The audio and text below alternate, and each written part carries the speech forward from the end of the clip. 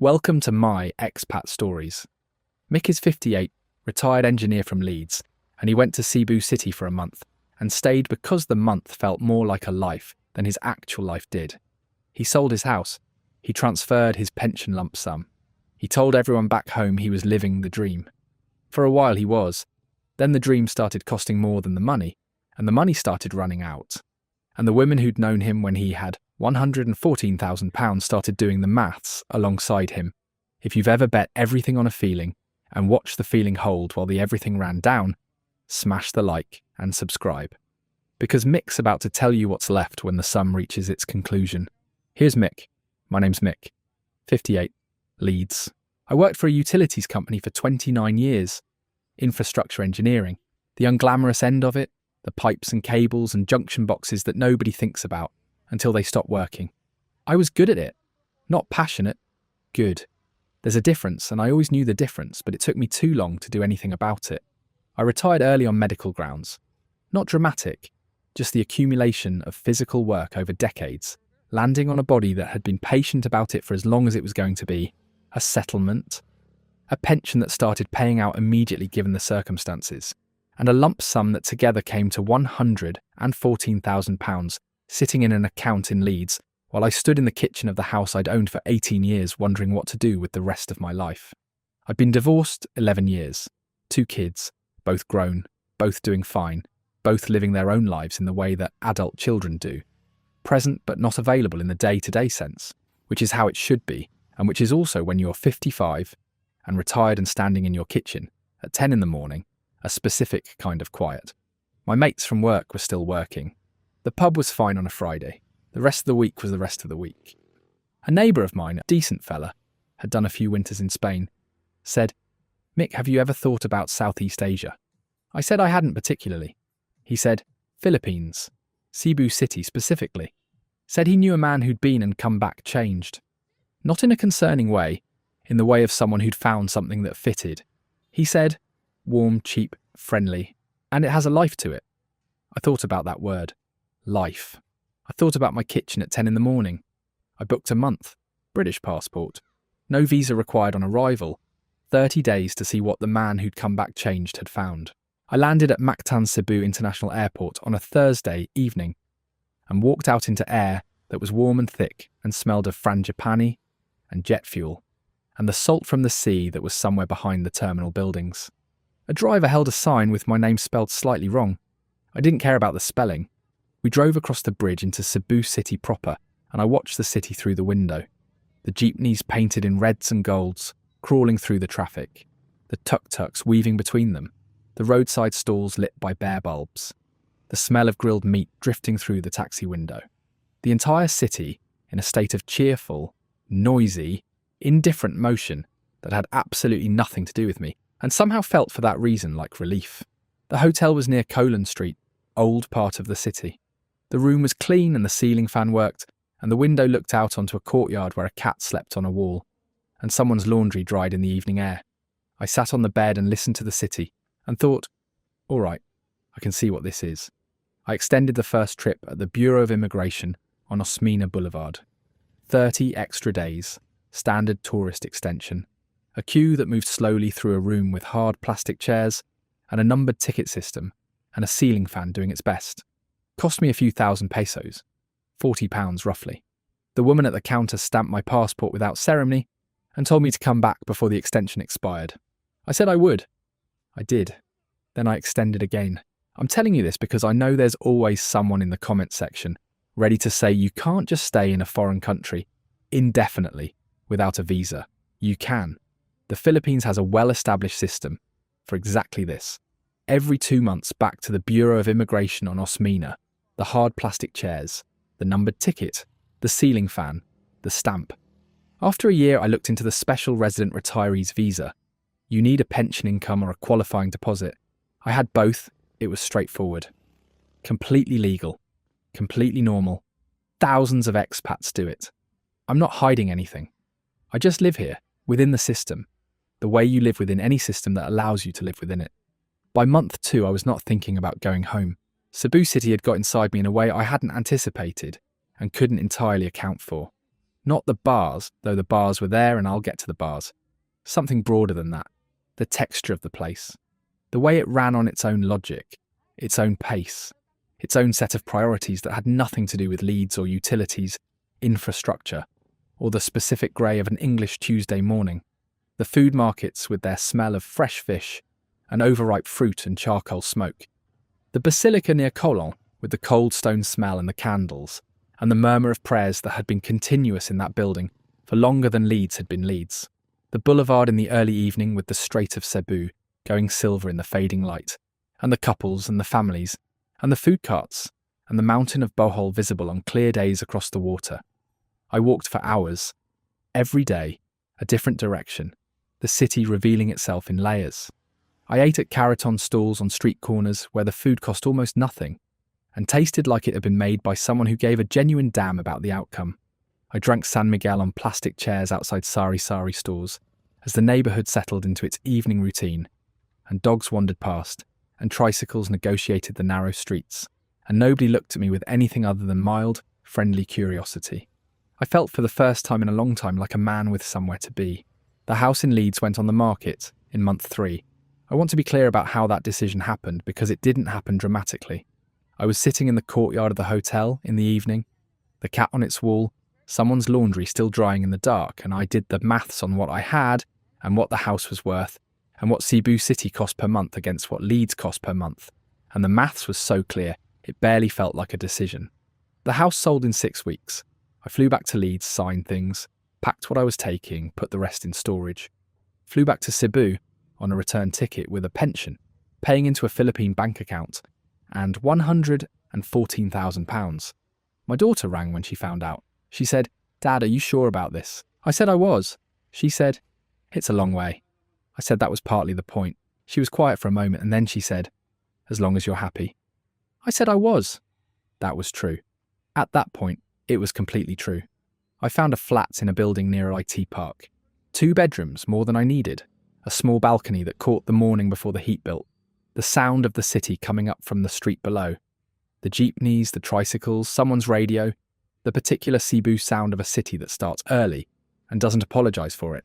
I stood on the balcony the first morning with a coffee and looked at the skyline and thought, this is mine.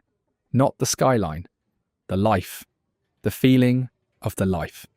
That feeling is the most expensive thing I've ever bought. The expat community in Cebu City has a shape to it that you understand quickly once you're inside it. There's a layer of men who've been there 5, 10, 15 years, settled, visa sorted, Filipino partner or wife, kids in local schools, small business or pension income, genuinely embedded in the place. They know the city the way you know a city you've lived in rather than visited. They're the ones who tell you which mechanic won't rob you and which barangay to avoid at 2 a.m, and how to handle the Bureau of Immigration without losing a full day to it. Good men mostly. Useful. I liked them. Then there's the layer below that, the rotating layer. Men who've been there 1 year, 2 years, running down a settlement or a redundancy or an inheritance, living well right now and not thinking too carefully about what well looks like in 18 months. Living in the good flats near IT Park, drinking at the same bars every evening. Knowing all the women who work those bars by name. I was in the second layer. I knew I was in the second layer. The first layer knew I was in the second layer. We were all polite about it. The bars near Mango Square were where I ended up most evenings by month 4. Not because I'd planned it. I'd tried various parts of the city, the quieter places, the restaurants, the boulevard in the evenings, but Mango Square had a pull to it that was less about any specific bar and more about the accumulated warmth of the whole area at night. The open fronts, the music at a volume you could still talk over, the smell of grilled pork from the carts on the corner and cold San Miguel, and the warm Cebu night over everything. And the women. I want to talk about the women, honestly, because dishonesty about them would make the rest of this dishonest. They were not a rotation I chose deliberately. It evolved. I met Donna first, 28, from Leyte, working the bar at a place called The Anchor that became my regular spot the way places become regular spots, through repetition and the comfort of being known. Donna was warm and funny, and had a way of making you feel like the most interesting person in the room, that I understood intellectually, was professional, and felt emotionally like the real thing. Within 3 weeks there was an arrangement. She needed help with rent, her mother's medication, a younger sibling's school fees. The amounts were modest individually, and I gave them without performing generosity, just transferred what was needed, the way you fix a problem when you have the means to fix it. I met Sandra through Donna, not introduced exactly. The world of the Mango Square bars was small enough that everyone knew everyone, and lines between one connection and another blurred easily. Sandra was different from Donna, quieter, more self-contained, from Cebu city itself rather than the provinces, which gave her a different quality of confidence. She needed less from me financially, but what she needed she asked for directly, which I respected. Then Maravich, then Joy, then a woman called Faye, whose surname I never knew and who appeared for 3 weeks and then didn't. I'm not proud of the arithmetic of it. I'm not ashamed either, exactly. These were adult women making adult choices within a system that existed before I arrived and would continue after I left. And pretending I was exploiting them would be as dishonest as pretending they weren't systematically extracting money from a man who had more of it than was good for him in that environment. We understood each other. The understanding was comfortable for everyone until the money got uncomfortable. The spending in those first 6 months was significant, but not alarming to me at the time. The flat cost 30,000 pesos a month, about £450. Food, transport, the incidentals of daily life, another 15,000 pesos. The bars and the women added another 50 to 70,000 pesos monthly, depending on the month. Call it £1,500 all in. Against £114,000 plus the pension income, it felt sustainable. It was sustainable. For a while. What I hadn't fully accounted for was the creep. The creep is the right word for it. Not dramatic. Not a single expensive decision I can point at and say, that's where it went wrong. Just the constant gentle pressure of more. The flat that was fine became a slightly better flat because the first one had a damp problem. The bar tab that was manageable became slightly less manageable as the circle of acquaintances grew and rounds accumulated. Donna's mother's medication became Donna's mother's medication, plus her sister's school fees, plus a one-off for a family situation that I didn't examine closely because examining it closely would have required me to use the engineering brain I'd retired, and I wasn't ready to do that. I'd meet men in the bars, expats, a few months in, 2 years in. One man called Gerald who'd been there 7 years and had the look of someone who'd made peace with something large. And we'd talk about the city and the cost of things, and they'd say things like, you get used to the pace of it, and the money goes faster than you think, but what else are you going to spend it on? And best decision I ever made. I took that information and I filed it under. Fine then. At the year mark I did the maths. Engineering brain, briefly operational. £114,000 minus 12 months of living had become £78,000, plus whatever the pension had added back. 78,000, still substantial, still more than fine. I closed the spreadsheet and went to the anchor and ordered a San Miguel, and Donna asked how I was and I said I was good, and I was. I started the SRRV process around that time, Special Resident Retirees Visa. The pension income qualified me. The application was handled through a registered agent. The paperwork took 4 months and cost a few £100s in fees. When it came through, I had a laminated card in my wallet and no more queues at the Bureau of Immigration on Osmeña Boulevard and the legal right to remain in the Philippines indefinitely. I held the card and felt something that surprised me. Not triumph, exactly. Something more like commitment. Like I'd signed something. I had signed something. I just didn't fully understand what. The second year was where the creep became a gradient. Donna had a crisis with her family in Leyte that required me to transfer 150,000 pesos, roughly £2,000, in a single movement, more than I'd ever given in one transfer. I did it because the crisis seemed real, and because the amount, while significant, wasn't impossible. 3 months later, there was another family situation, different, but similarly structured, similar amount. I gave it, less without examining it. The flat became a house, a small rented place with a garden in a quieter part of the city. Because I'd been in Cebu long enough to want the feel of a house rather than an apartment. The rent was higher. The furniture was mine. I bought it over time, the way you furnish a place you're actually living in rather than passing through. A proper kitchen, a sala set, a bed I'd chosen carefully for a bad back. I had a life. A full, furnished, daily life in Cebu City. That was real. I want to say that clearly because the money story can make it sound like I was just hemorrhaging cash into a void, and that isn't accurate. I had friends, real ones, not just bar company. A man called Dennis who'd been in Cebu 11 years and knew where everything was. A couple, British man and Filipina wife, who had me for Sunday lunch occasionally in their place in Lahug. The smell of a proper roast in a Filipino kitchen. San Miguel with the meal, because that's just how it went. A life with texture and routine and genuine pleasure in the day-to-day of it. The money was running through that life like water through a pipe, with too many outlets. And I wasn't looking at the flow rate. At the 2-year mark, I did the maths again. Engineering brain, fully reluctant. 78,000 had become 41,000. 41 against an original 114. The pension was going in every month, but the pension was covering the living, and the transfers and the bars and the creep, and leaving very little to slow the decline of the capital.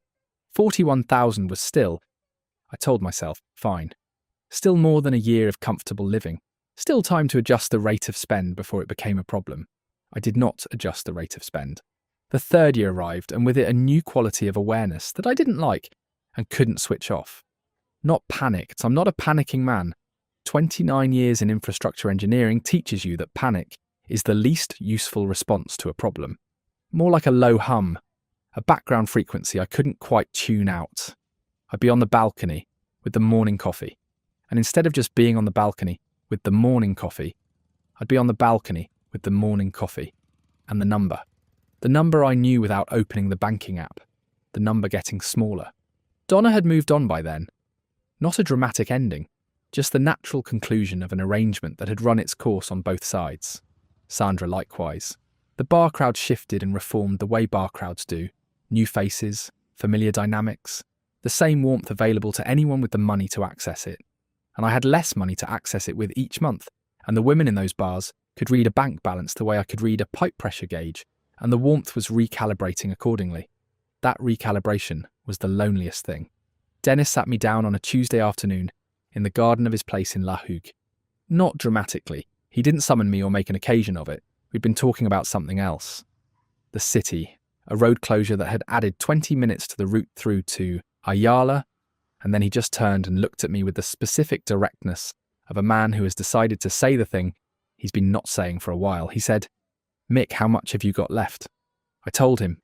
He was quiet for a moment, a bird doing something in the tree at the back of the garden, the sound of a jeepney on the road outside, the warm afternoon sitting on both of us. He said, "And the house is gone." I said, "The house is gone." He said, "Pension covers living costs." I said, "Mostly, not the extras." He said, "You need to go home, Mick," not unkindly, not as a judgment. The way you say a true thing to someone when you've decided the kindness of not saying it has run its course. He'd seen this before. He'd been in Cebu 11 years. He'd watched the second layer of men cycle through. Had sat in this garden, or one like it with variants of this conversation more times than he'd wanted to. He knew the shape of it. He was trying to give me the information while there was still something to do with it. I said, "I know." He said, "But you're not going." I said, "Not yet." He nodded, poured more San Miguel. We sat in the garden and talked about other things, and he didn't bring it up again because he's a decent man, and he'd said what needed saying, and repeating it wouldn't have changed anything. I went back to my bar that evening. The warmth had thinned by then. I'm not going to dress that up. The women in those bars are not unkind people, but they are practical people, and practical people adjust to new information. The new information was that Mick from Leeds had a number in his account that was no longer the number it had been, and the warmth available to Mick from Leeds had adjusted accordingly. Not cold, just less specifically directed.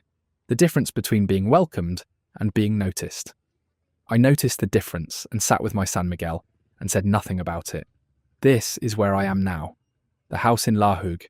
My house. The rented one. The one with the garden and the sala set I'd chosen. And the kitchen I'd actually used.